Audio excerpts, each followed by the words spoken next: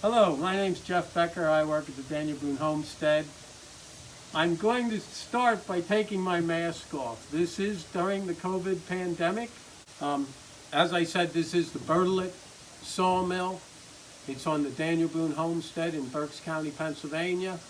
It is a site that is owned by the Pennsylvania Historical and Museum Commission. And we are fortunate to have this sawmill that was moved here from the Ole Valley in Pennsylvania and is here that we can demonstrate. It came here in the late 1960s. It sat here for a long time and was not demonstrated. When I started here in 1981, it looked like someone had tried to run this mill, but they had left the saw blade run right through the tail block and cut the carriage in half. And so it sat like that until 1999, when we had some extensive work and research done on the mill, and some water power consultants figured out how this actually ran back in the mid-1700s, and we decided we would like to try and run it that way. So the way you see this mill run now, we believe is exactly how it ran in the mid-1700s. So with that said, I'll just tell you about what we have here. We have a 5-acre lake that was built here by the WPA in the 40s. And at that point, the mill was not here. The mill got moved here in 1968. So at that point, they had to put a gate valve on the dam breast to get water to the mill. So we have a gate valve that we open, and we add water to a race that enters into a large tank that I'm standing over.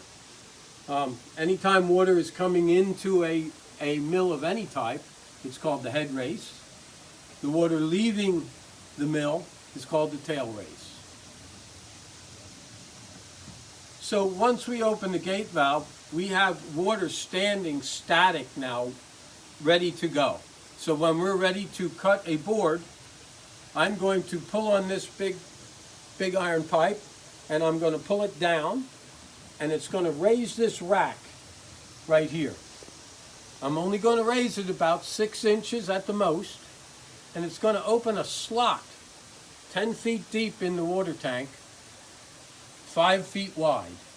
So you can imagine, down at the bottom of the tank, I open this slot, the water's, and it's 10 feet below grade.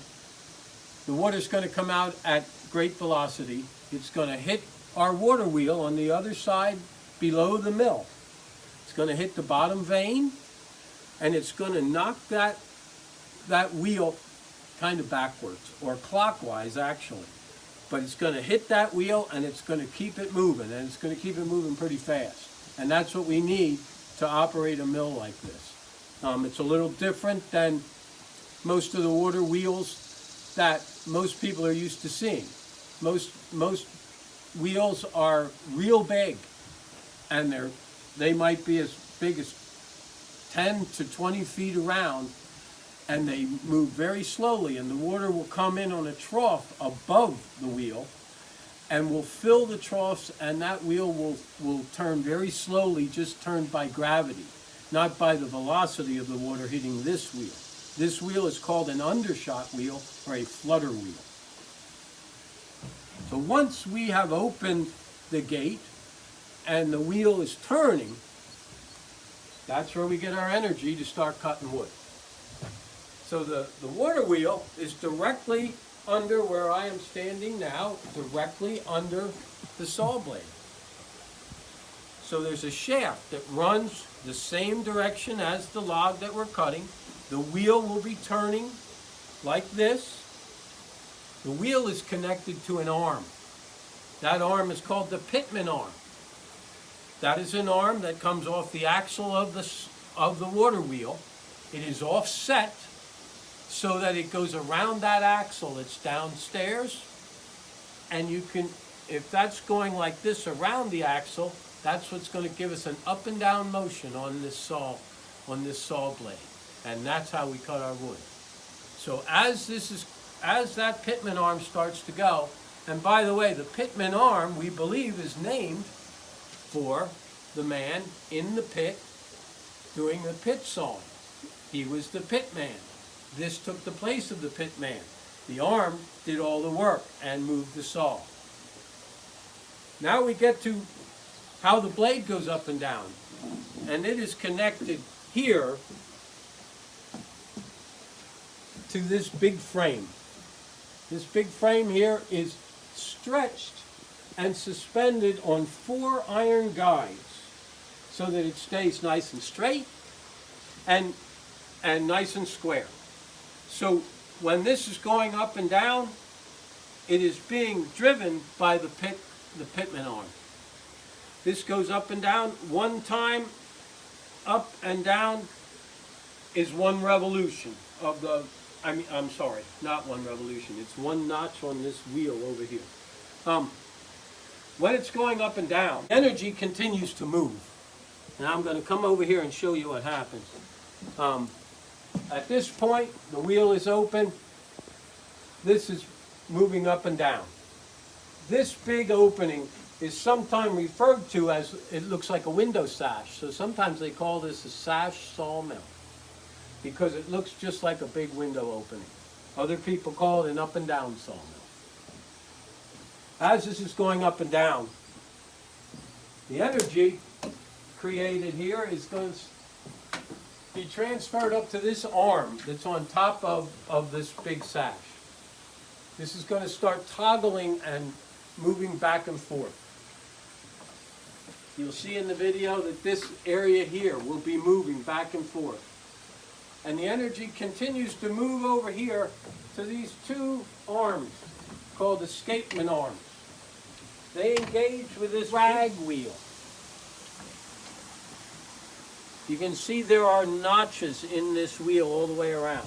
So every time the saw goes up and down, a notch moves on this drag wheel, which is connected to the carriage where the log is sitting, which moves the entire carriage and log into the saw blade to continue to cut. And that's what makes it automatic. You can see right here, there's a shaft that goes all the way through under the carriage and is linked to the carriage. So that's how we get our movement and our automatic power.